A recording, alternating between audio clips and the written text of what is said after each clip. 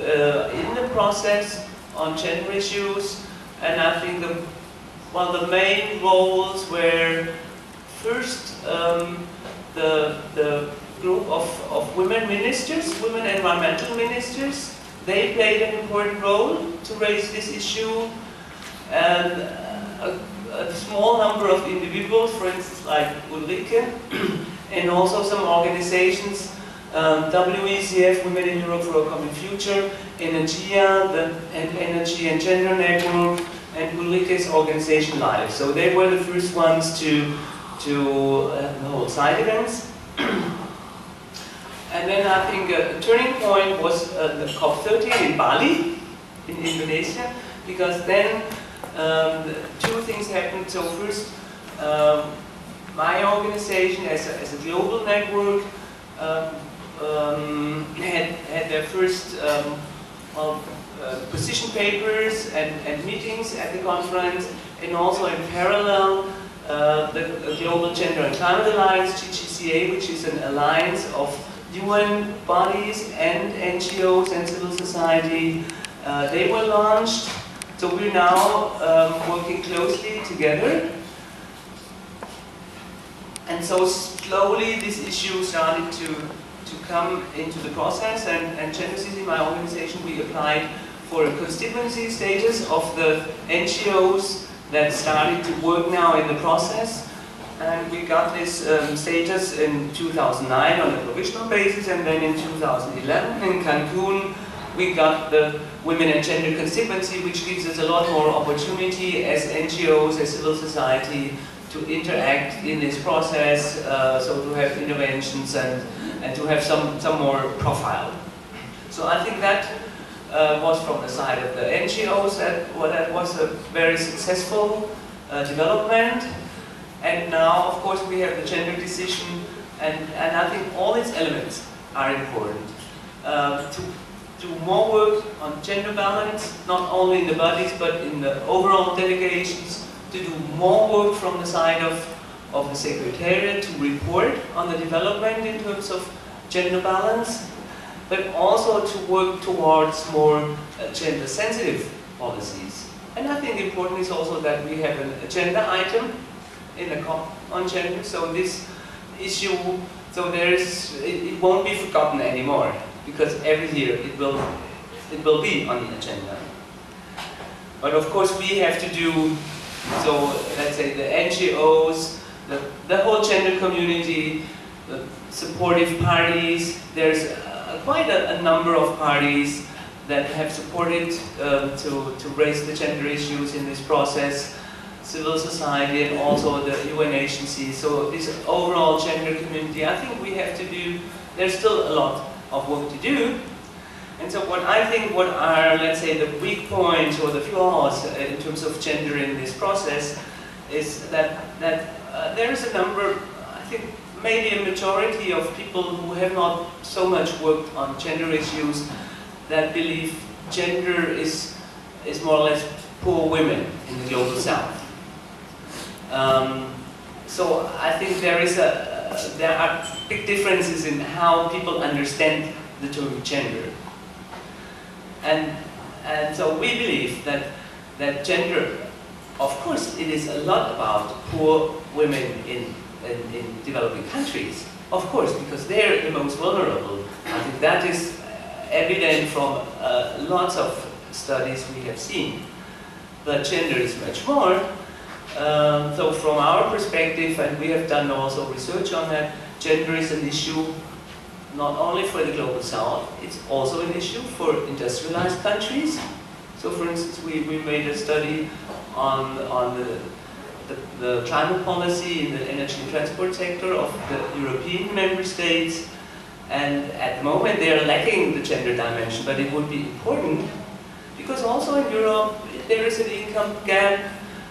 Women do more care work, Ulrike explained that, and so the attitudes are different, they are differently affected by climate change, and women and men are differently affected by climate policy. And so we think gender needs to be taken into consideration in industrialized countries as well. And it's not only a question of vulnerability and adaptation. Of course, this is the most prominent issue because it's the most obvious issue, but gender is also relevant for technologies, for mitigation. So for all areas we are talking about in this process. And therefore we believe that gender needs to be mainstreamed in these fields as well.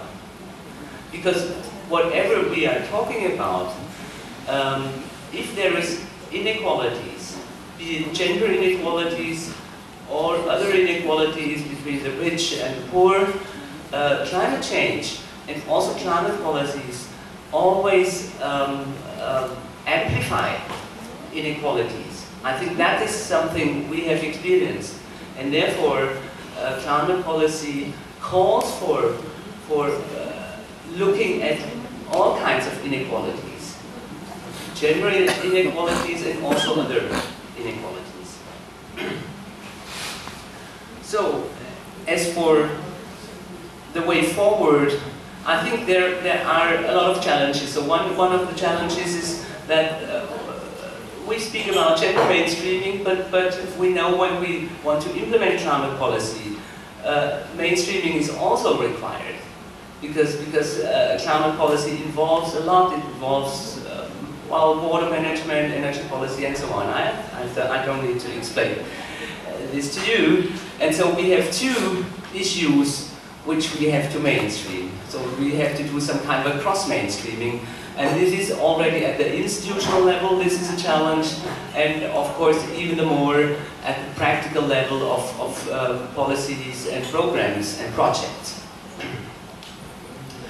And in the end, so at least that is our understanding of gender. What we need is a profound transformation, because we believe that gender inequalities and things like climate change have, in the end, have more or less the same reasons. And so if we need to tackle the underlying reasons, and I think that is really a challenge. And so I think the next step forward of they are maybe a little bit easier than these very, very fundamental challenges. So yesterday we had a meeting where we have discussed a little bit what we expect as outcomes of the workshop this afternoon. Because we all know that this afternoon there will be this gender workshop based on the gender decision. There will be lots of speakers, and I think they will make wonderful, will have wonderful ideas. And we think in order to get really something out of this workshop and to provide some input into the contact group that will follow up on this workshop, it would be wonderful if some parties could raise, well, some issues that could be important for the future to advance the issue of gender in climate policy. And so, for instance, one issue could be we have already a number of provisions on gender. So there are provisions on gender in the Clean Climate Fund. There are several provisions on gender balance.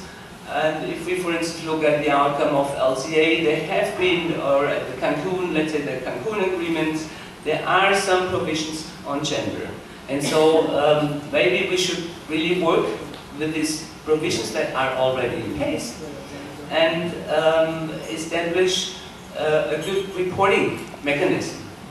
And so we have discussed it yesterday, and we thought maybe it doesn't make sense to have, or it would be difficult to have a separate reporting mechanism on gender-sensitive policies. I think that will be difficult for anybody. So we thought maybe it might make more sense to integrate the gender reporting into existing reporting mechanisms. That would mean that national communications should include a part on gender and gender-sensitive policies.